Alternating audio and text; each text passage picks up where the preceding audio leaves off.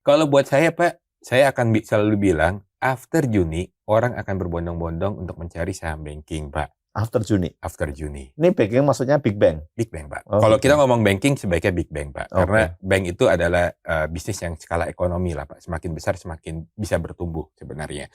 Jadi untuk Big Bang, dan seperti yang waktu itu juga, kalau topik saya untuk saham banking saat ini sebenarnya adalah untuk Bank Mandiri Pak sebenarnya.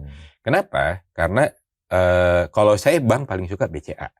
Tapi saat ini yang menurut saya valuasinya murah dan mungkin akan ada momentum justru ada di Mandiri. Apa momentumnya gitu ya? Momentumnya kalau teman-teman melihat data banking, jadi di banking itu ada pencadangan nih Pak sebenarnya. Pencadangan Mandiri biasanya itu sekitar 210% dari apa piutangnya gitu ya Pak ya. Kalau BCA lebih bagus 170% lah kisarannya Pak. Mandiri wajar lebih tinggi karena mungkin punya resiko lebih tinggi lah kurang lebihnya Pak. Tetapi kalau teman-teman ikutin perkembangan Mandiri gitu ya, data pencadangan itu tuh 270% Pak. Jadi Mandiri itu di tahun lalu itu benar-benar sangat berhati-hatilah dalam pencadangan tersebut. Dan kalau ekonomi kita baik-baik aja, akhirnya dia merevisi untuk pencadangan turun nih Pak dari 270 bisa jadi ke laba. 210, itu bisa jadi laba lain-lain. Nah itu yang kenapa saya bilang sebagai momentum sebenarnya untuk di Mandiri, dan angka dividen Mandiri pun juga cukup baik lah Pak, lebih baik daripada BCA gitu. Tapi BCA itu bank yang sangat bagus, kalau jatuhnya dalam tentu saya nggak akan menolak untuk mengambil BCA juga. Jadi Mandiri ada momentum. Nah yang kedua Pak, sebenarnya saat ini ada emiten yang liquid juga yang memberikan kemungkinan untuk arbitrage Pak. Arbitrage itu artinya kita beli di harga sekarang akan ditebus di harga yang lebih tinggi Pak. Contohnya misalkan MAPI gitu ya. Kemarin baru diambil CVC dari Singapura dan harga tender offer-nya 1550. Per hari ini mungkin sekitar 1485, 1490, which is masih ada upside 45%. Mungkin sekitar proses tender offer sekitar 3-4 bulan, which is kalau 4% aja lah Pak kita ngomong dalam waktu 3 bulan. Itu IRR-nya mungkin sekitar 12% setahun, which is lebih bagus dari obligasi Pak. Dan kita mau misalkan market jatuh karena situasi MSCI, kita mau market jatuh karena situasi market global krisis liquidity, itu ada suatu patokan untuk kita bisa uang tetap bertumbuh di situ, dan likuiditasnya saya rasa sih cukup oke untuk saat ini. Gitu. Berarti harus mencari saham-saham yang ini Pak ya, punya individual isu ya. Ya bisa dibilang kalau saya kan sebenarnya tipikalnya saya melihat bukan berdasarkan makro, tapi saya selalu melihat berdasarkan mikro. Jadi point of view saya selalu melihat ya memang apakah ada momentum yang menarik untuk pertumbuhan dari suatu emiten atau enggak Pak. Karena saya susah nyari uang tuh susah Pak. Saya nggak mau hilang gitu aja karena main yang aneh-aneh Pak. Jadi kalau Pak Tawil lebih ini ya, ini ada risk, ini ada potensi cuan, tetap harus dilihat ininya dulu ya. Harus lihat risknya dulu Pak. Harus lihat risknya dulu Pak. Gitu. Lebih konservatif ya. Meskipun kemarin emiten kesayangannya naiknya kenceng banget tuh. Iya. Kebetulan Pak. Meskipun memang kurang liquid ya. Ya betul, kurang liquid. Kurang liquid gitu. Kenapa Pak Tawil cukup optimis nanti setelah Juni orang-orang pada masuk ke Oke. Seperti yang saya bilang Pak, problem kita tuh bukan di ekonomi Indonesia Pak sebenarnya. Ekonomi Indonesia bertumbuh dengan baik, thanks to Pak Purbaya yang kasih untuk liquidity.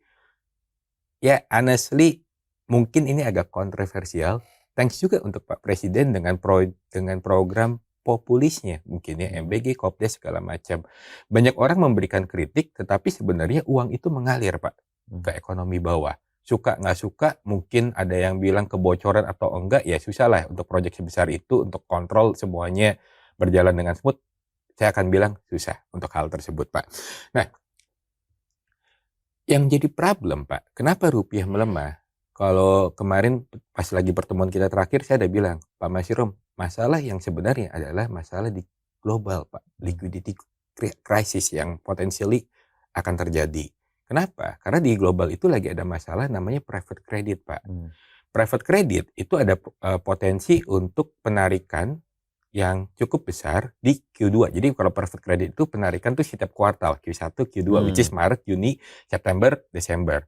Q1 itu penarikannya cukup besar Pak. Jadi kalau dari 350 juta US dollar untuk yang non-trade private credit ya, itu mungkin sekitar 5%. Jadi sekitar mungkin 15-20 juta US dollar. 15-20 billion US dollar, maaf, 15-20 billion US dollar, ya mungkin kalau tarik ke 10% itu mungkin sekitar jadi 40 billion US dollar.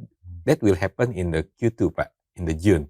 Nah, ketika ada orang melakukan withdrawal sebesar itu dan uangnya nggak ada, apa yang harus dilakukan oleh para pemegang private credit tersebut? Ya tentu mereka harus menyediakan uang kan Pak. Cara menyediakan uang apa?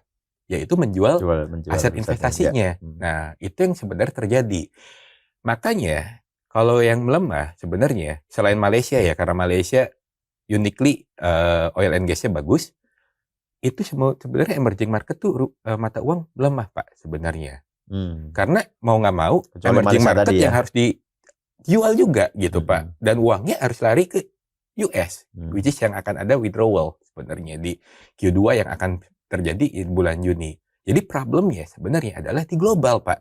Ekonomi kita baik kok sebenarnya. Itu mau rupiah melemah seperti ini ada alasan di luar dari ekonomi. Makanya kan ketika terakhir Pak Peri dari BI bilang kan ekonomi kita baik tapi kita ada krisis global ya. Cuma mungkin dia nggak ungkapin aslinya apa biar nggak panik, karena kita harus menjaga jangan sampai ada kepanikan di pasar modal dan itu memperparah.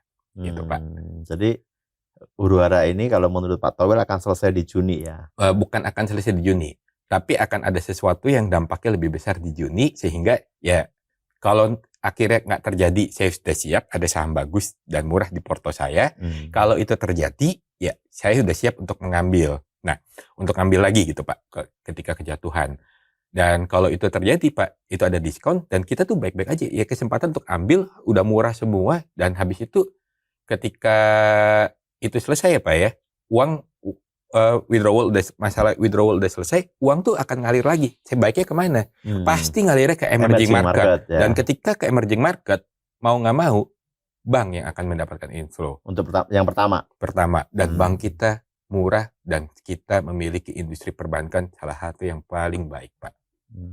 Siapa industri perbankan yang punya NIM sebaik Indonesia? Dalam tanda kutip setinggi Indonesia. Iya, setinggi Indonesia. Akhirnya labanya juga setinggi Indonesia, iya, tinggi gitu. di Indonesia memang. Pak Towel, kalau dalam situasi seperti ini sebaiknya kita juga siap cash gitu ya? Kalau saya memang sudah siap cash dari awal tahun Pak sebenarnya Pak. Jadi saya udah siap cash dari awal tahun dan saat ini ya nanti mungkin habis selesai podcast ini ada mulai hunting Pak barang belanjaan. Ya, tapi masih belum full untuk deploy. Karena saya sendiri punya budget nanti untuk di June kalau emang sampai ada ya diskon lagi karena yang tadi saya bilang ya saya udah siap. Kalau sampai itu tidak terjadi saya juga sudah ada posisi gitu Pak. Jadi saya orang yang nggak mau pusing Pak. Market mau jatuh saya oke. Market mau naik saya happy. Ya. Bobo tenang lah Pak.